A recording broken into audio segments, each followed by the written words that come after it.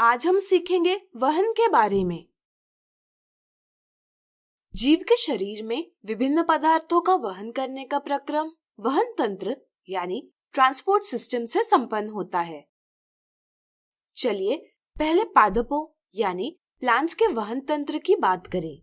पादपों में पदार्थों के परिवहन का कार्य संवहन ऊतक यानी कंडक्टिंग टिश्यू जाइलम और फ्लोएम करते हैं।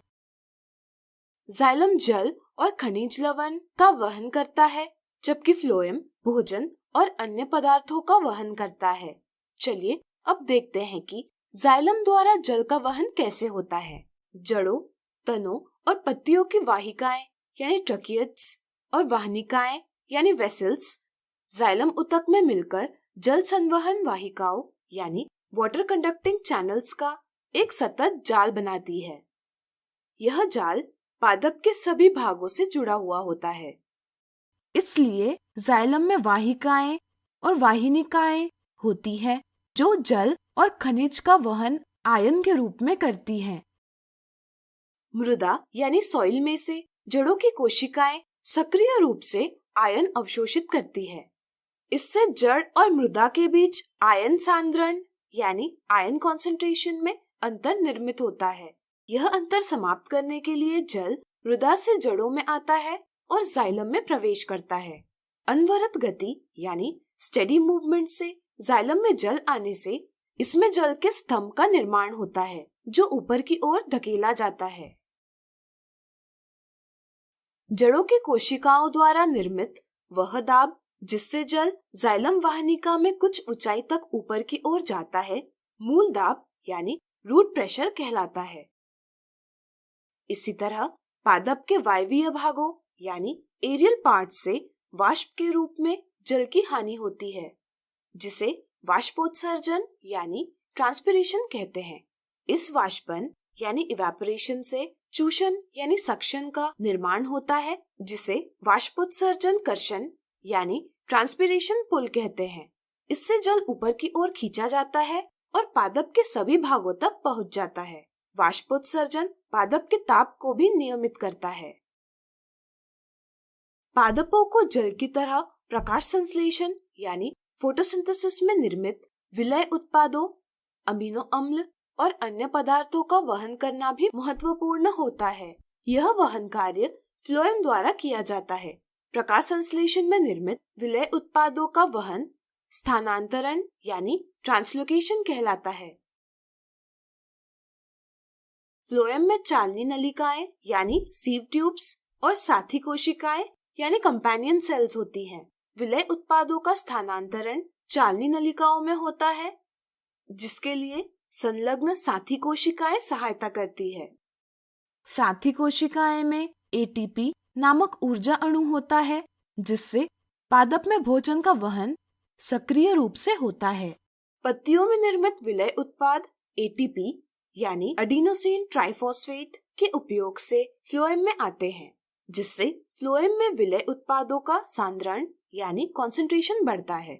इससे जाइलम और फ्लोएम के बीच परासरण अंतर यानी ऑस्मोटिक डिफरेंस का निर्माण होता है। यह अंतर कम करने के लिए जल जाइलम से फ्लोएम में आता है। इससे फ्लोएम में परासरण दाब यानी ऑस्मोटिक प्रेशर बढ़ता है। जल और विलय उत्पाद अधिक परासरण दाब से कम परासरण दाब की ओर स्थानांतरित होते हैं और विभिन्न स्थानों जैसे भंडारण अंग, फल, कलिकाएं यानी बड्स इत्यादि तक पहुंच जाते हैं।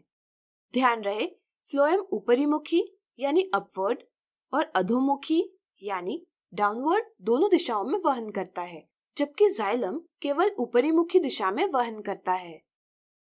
मनुष्य में वहन का कार्य रुधिर यानी ब्लड द्वारा संपन्न होता है।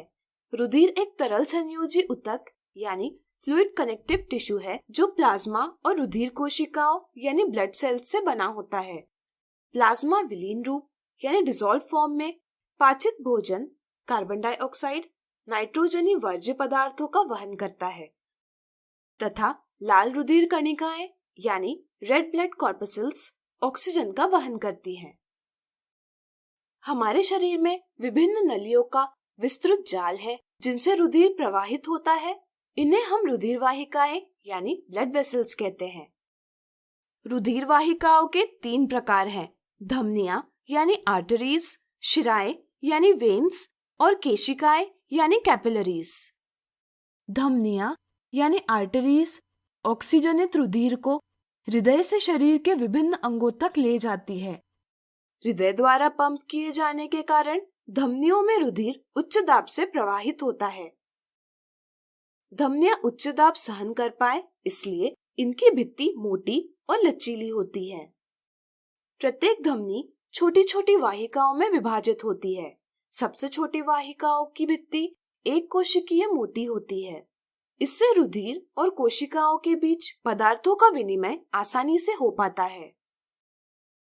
केशिकाएं आपस में मिलकर शिराएं यानी वेन्स बनाती है, जो विऑक्सीजनित रुधिर को शरीर के विभिन्न अंगों से हृदय में ले जाती है।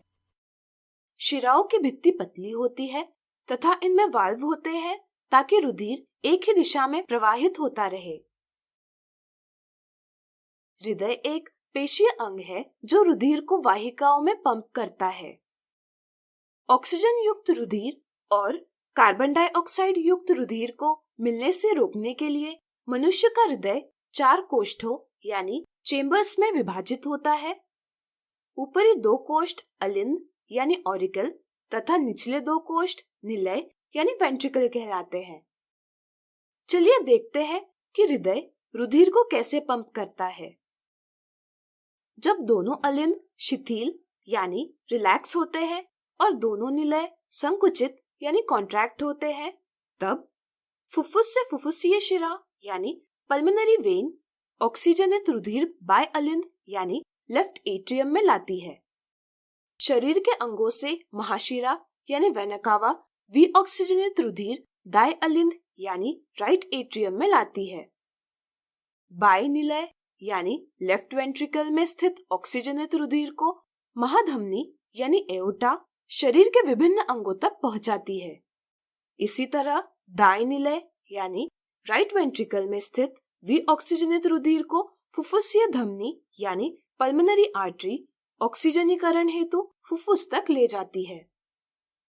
अलिंद और निलय के बीच वाल्व होती है जो रुधिर को उल्टी दिशा में जाने से रोकती है।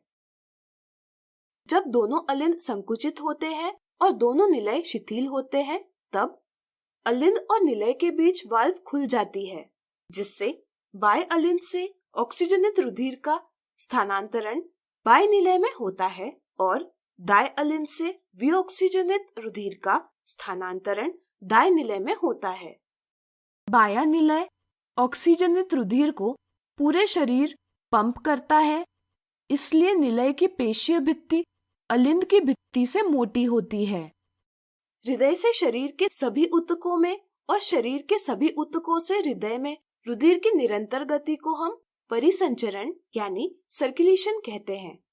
चूंकि परिसंचरण के प्रत्येक चक्र में रुधिर 2 बार हृदय में जाता है, इसलिए यह दोहरा परिसंचरण यानी डबल सर्कुलेशन कहलाता है।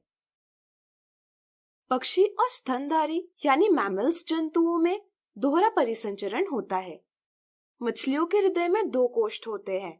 ऑक्सीजनित होने के लिए रुधिर हृदय से क्लोम यानी गिल्स में पहुंचाया जाता है तथा क्लोम से ऑक्सीजनित रुधिर शरीर में पहुंचाया जाता है। इस प्रकार मछलियों में परिसंचरण के प्रत्येक चक्र में रुधिर 1 बार हृदय में जाता है।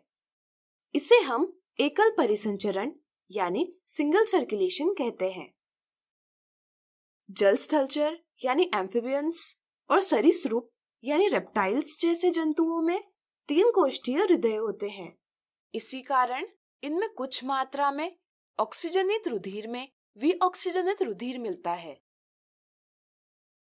रुधिर में उपस्थित कुछ प्लाज्मा, प्रोटीन और कोशिकाएं केशिकाओं की भित्ति के छिद्रों से निकलकर ऊतक के अंतरकोशिकीय अवकाश यानी इंटरसेल्युलर स्पेसेस में आते हैं, जिसे लसिका यानी लिम्फ कहते हैं। लसिका प्लाज्मा के जैसे ही होता है, लेकिन इसमें प्रोटीन की मात्रा कम होती है और ये रंगहीन यानी कलरलेस होता है। लसिका पचा हुआ तथा क्षुद्रांत्र यानी स्मॉल इंटेस्टाइन द्वारा अवशोषित वसा यानी फैट्स का वहन करता है और यह अतिरिक्त तरल यानी एक्सेस फ्लूइड को बाह्य कोशिकीय अवकाश यानी एक्स्ट्रासेल्युलर स्पेस से रुधिर में लाता है। लसिका ऊतक के अंतर कोशिकीय अवकाश से लसिका केशिकाओं में जाता है। लसिका केशिकाएं मिलकर लसिका वाहिका बनाती है जो शिरा में खुलती है। जब हमें चोट लगती है तब हमारे शरीर से रक्तस्राव रोकने के लिए रुधिर में प्लेटलेट्स कोशिकाएं होती हैं। ये कोशिकाएं रक्तस्राव के स्थान पर रुधिर का थक्का यानी ब्लड क्लॉट बनाती है और रक्तस्राव होने से रोकती है। तो आज हमने सीखा वहन के बारे में।